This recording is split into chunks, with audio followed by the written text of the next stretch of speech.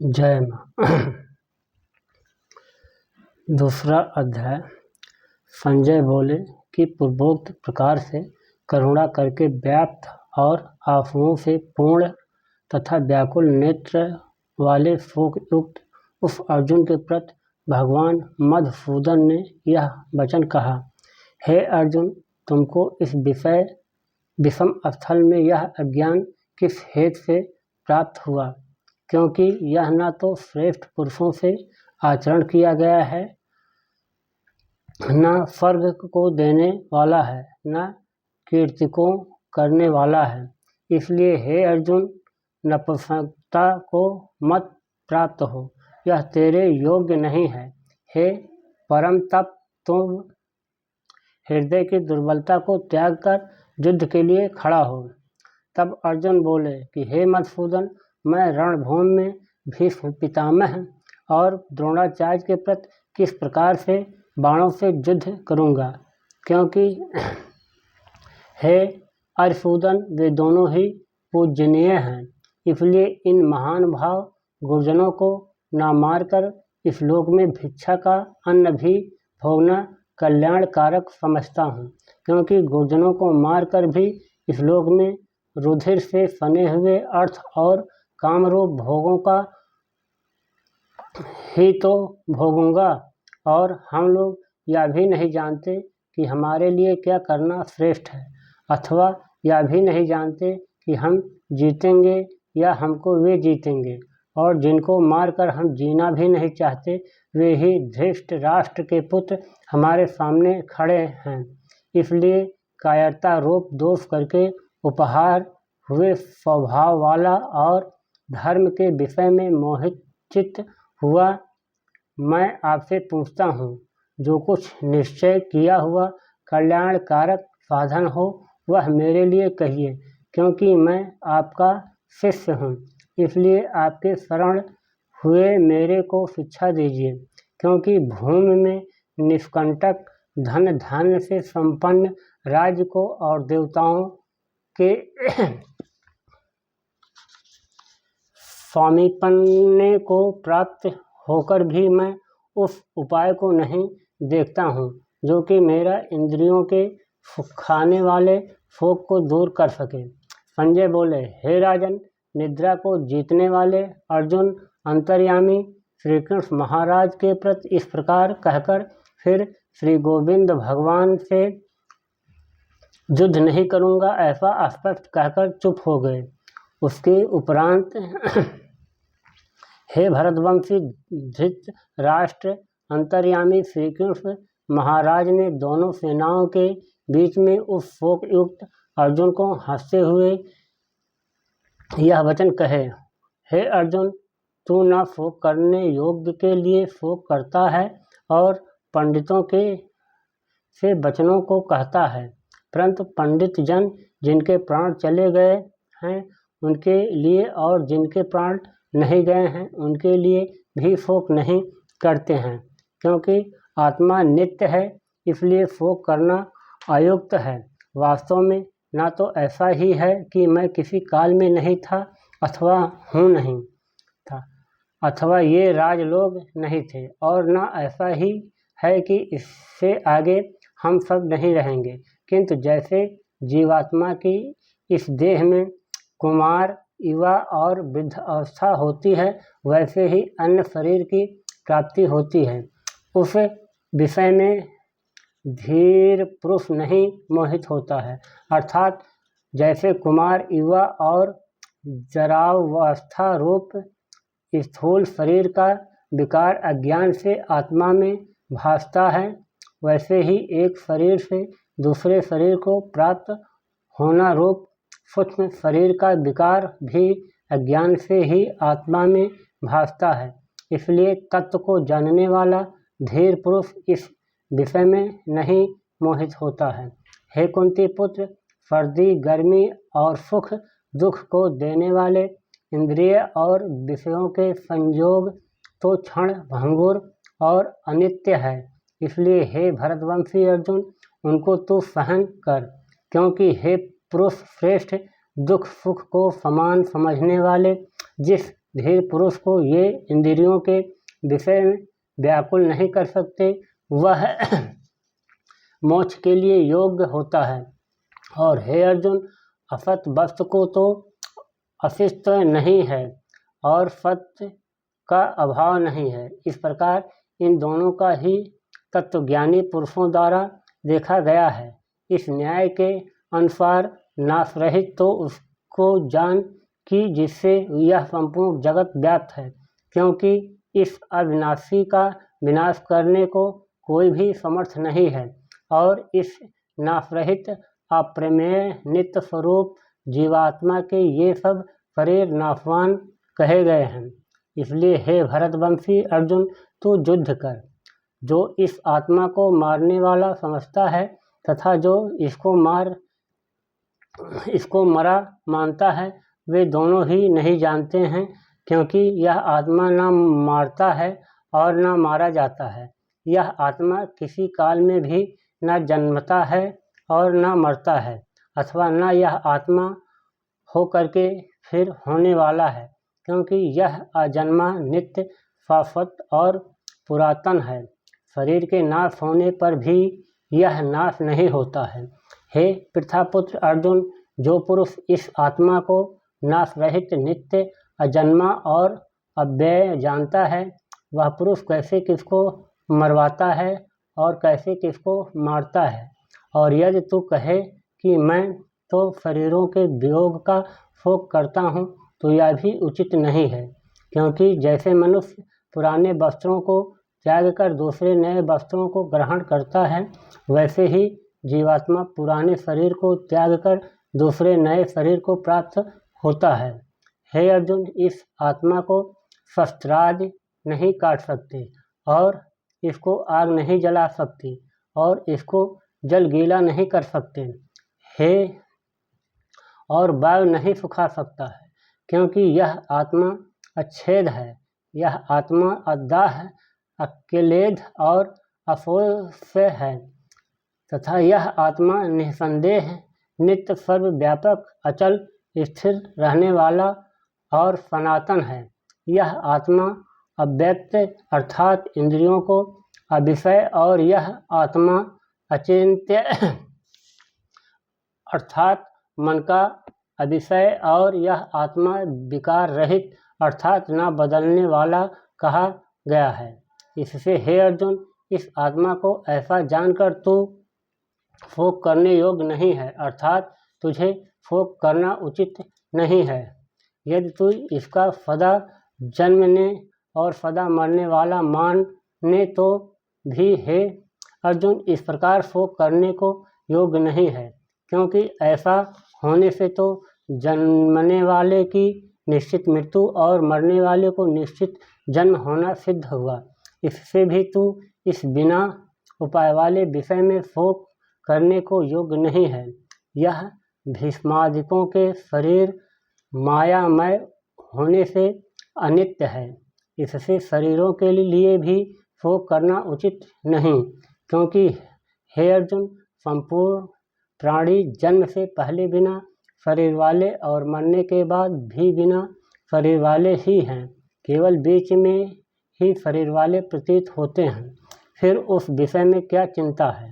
हे अर्जुन, यह आत्म तत्व बड़ा गहन है, इसलिए कोई महापुरुष ही इस आत्मा को आश्चर्य की जो देखता है और वैसे ही दूसरा कोई महापुरुष ही आश्चर्य को जो इसके तत्व को कहता है और दूसरा कोई ही इस आत्मा को आश्चर्य की जो सुनता है और कोई सुनकर भी इस आत्मा को नहीं जानता। हे अर्जुन, यह आत्मा सबके शरीर में सदा ही अवध है, इसलिए संपूर्ण भूत प्राणियों के लिए तू शोक करने को योग्य नहीं है और अपने धर्म को देखकर भी तू भय करने को योग्य नहीं है, क्योंकि धर्मयुक्त युद्ध से बढ़कर दूसरा कोई कल्याण कारक कर्तव्य क्षत्रिय के लिए नहीं है। हे पार्थ, अपने आप प्राप्त हुए और खुले हुए स्वर्ग के द्वार रूप इस प्रकार के युद्ध को भाग्यवान क्षत्रिय लोग ही पाते हैं। और यदि तू इस धर्म युद्ध संग्राम को नहीं करेगा तो स्वधर्म को और कीर्तिकों को खोकर पाप को प्राप्त होगा और सब लोग तेरी बहुत काल तक रहने वाली अपकीर्तिकों भी कथन करेंगे और वह अपकीर्ति माननीय पुरुष के लिए मरण से भी अधिक बुरी होती है और जिनके तू बहुत माननीय होकर भी अब तुच्छता को प्राप्त होगा। वे महारथी लोग तुझे भय के कारण युद्ध से उपराम हुआ मानेंगे और तेरे बैरी लोग तेरे सामर्थ्य को निंदा करते हुए बहुत से न कहने योग्य वचनों को कहेंगे। फिर उससे अधिक दुख क्या होगा।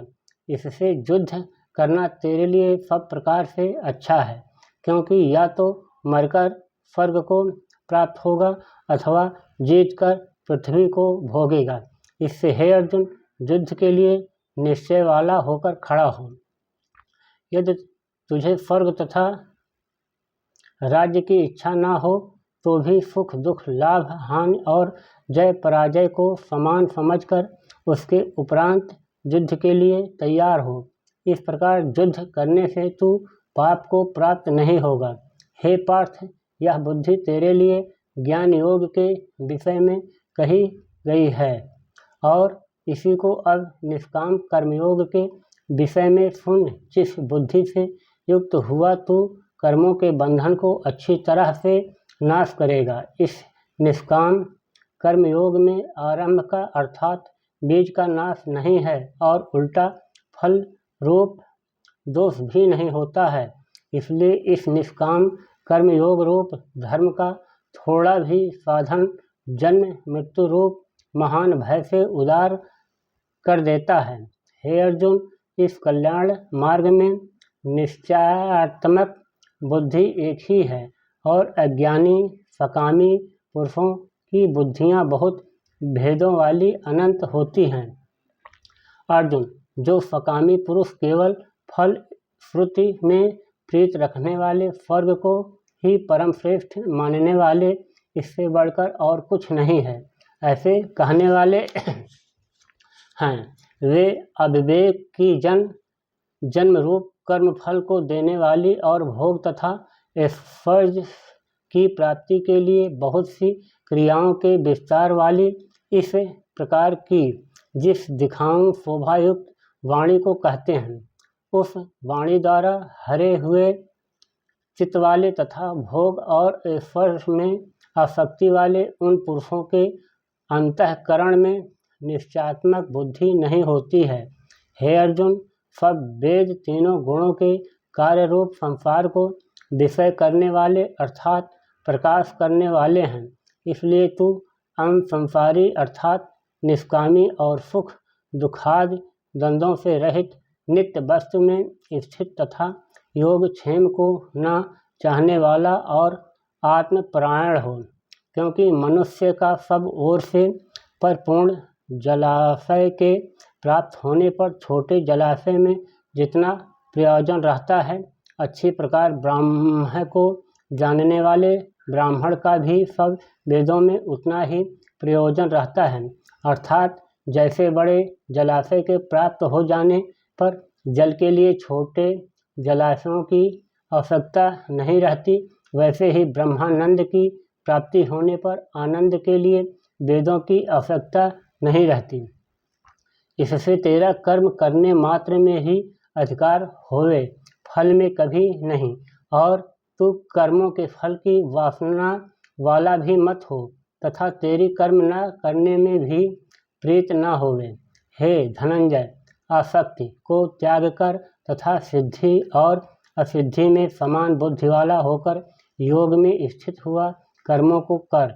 यह समत्व भाव ही योग नाम से कहा जाता है। इस समत्व रूप बुद्ध योग से सकाम कर्म अत्यंत तुच्छ है। इसलिए हे धनंजय, समत्व बुद्धि योग का आश्रय ग्रहण कर, क्योंकि फल की वासना वाले अनंत दीन हैं। समत्व बुद्धि युक्त पुरुष पूर्ण पाप दोनों को इस लोक में ही त्याग देता है, अर्थात उनसे लिपायमान नहीं होता। इससे समत्व बुद्ध योग के लिए ही चेष्टा कर। यह समत्व बुद्ध रूप योग ही कर्मों में चतुरता है, अर्थात कर्म बंधन से छूटने का उपाय है, क्योंकि बुद्धि योग युक्त ज्ञानी जन कर्मों से उत्पन्न होने वाले फल को त्याग कर जन्म रूप बंधन से छूटे हुए निर्दोष अर्थात अमृतमय परम पद को प्राप्त होते हैं।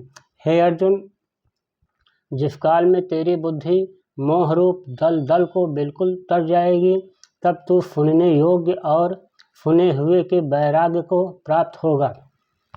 जब तेरी अनेक प्रकार के सिद्धांतों को सुनने से विचलित हुई बुद्धि परमात्मा के स्वरूप में अचल और स्थिर ठहर जाएगी, तब तू समत्व रूप योग को प्राप्त होगा। इस प्रकार भगवान के वचनों को सुनकर अर्जुन ने पूछा, हे केशव, समाधियों में स्थिर बुद्ध वाले पुरुष का क्या लक्षण है, और स्थिर बुद्ध पुरुष कैसे बोलता है, कैसे बैठता है, कैसे चलता है? उसके उपरांत श्री कृष्ण महाराज बोले, हे अर्जुन, जिस काल में यह पुरुष मन में स्थित संपूर्ण कामनाओं को त्याग देता है, उस काल में आत्मा से ही आत्मा में संतुष्ट हुआ स्थिर बुद्धि वाला कहा जाता है, तथा दुखों की प्राप्ति में उद्वेगरहित है। मन जिसका और सुखों की प्राप्ति में दूर हो गई है, अस्पृहा जिसकी तथा नष्ट हो गए हैं, राग भय और क्रोध जिसके, ऐसा मन स्थिर बुद्ध कहा जाता है। जो पुरुष सर्वत्र स्नेह रहित हुआ उन शुभ तथा अशुभ वस्तुओं को प्राप्त होकर न प्रसन्न होता है और न द्वेष करता है, उसकी बुद्धि स्थिर है। और कछुआ अपने अंगों को जैसे समेट लेता है, वैसे ही यह पुरुष जब सब ओर से अपनी इंद्रियों को इंद्रियों के विषयों से समेट लेता है, तब उसकी बुद्धि स्थिर होती है। यद्यपि इंद्रियों के द्वारा विषयों को न ग्रहण करने वाला पुरुष के भी केवल विषय तो निर्वृत्त हो जाते हैं, परंतु राग नहीं। इंद्रियों के बीच में जिस इंद्रिय के साथ मन रहता है, वह एक ही इंद्रिय इस अयुक्त पुरुष की बुद्धि को हरण कर लेती है। इससे हे महाबाहों, जिस पुरुष की इंद्रियां सब प्रकार इंद्रियों के विषयों से बस में की हुई होती हैं, उसकी बुद्धि स्थिर होती हैं। और हे अर्जुन, संपूर्ण भूत प्राणियों के लिए जो रात्रि है, उस नित्य शुद्ध बोध स्वरूप परमानंद में भगवत को प्राप्त हुआ योगी पुरुष जागता है। और जिस नाशवान क्षणभंगुर सांसारिक सुख में सब भूत प्राणी जागते हैं, तत्व को जानने वाले मन के लिए वह रात्रि है। जैसे सब ओर से परिपूर्ण अचल प्रतिष्ठा वाले समुद्र के प्रति नाना नदियों के जल उसको चलायमान न करते हुए ही समा जाते हैं, वैसे ही जिस स्थिर बुद्ध पुरुष के प्रति संपूर्ण भोग किसी प्रकार का विकार उत्पन्न किए बिना ही समा जाते हैं, वह पुरुष परम शांति को प्राप्त होता है, न कि भोगों को चाहने वाला। क्योंकि जो पुरुष संपूर्ण कामनाओं को त्याग कर ममता रहित और अहंकार रहित, अस्पृहा रहित हुआ बताता है, वह शांति को प्राप्त होता है। हे अर्जुन, यह ब्रह्म को प्राप्त हुए पुरुष की स्थिति है। इसको प्राप्त होकर योगी कभी मोहित नहीं होता है और अनंत काल में भी इस निष्ठा में स्थिर होकर ब्रह्मानंद को प्राप्त हो जाता है। जय श्री कृष्ण। ये गीता ज्ञान का दूसरा अध्याय समाप्त हुआ। वीडियो अच्छी लगी हो तो सब्सक्राइब, लाइक, शेयर करना ना भूलें। अगले दिन तीसरा अध्याय कहा जाएगा। धन्यवाद। जय माँ।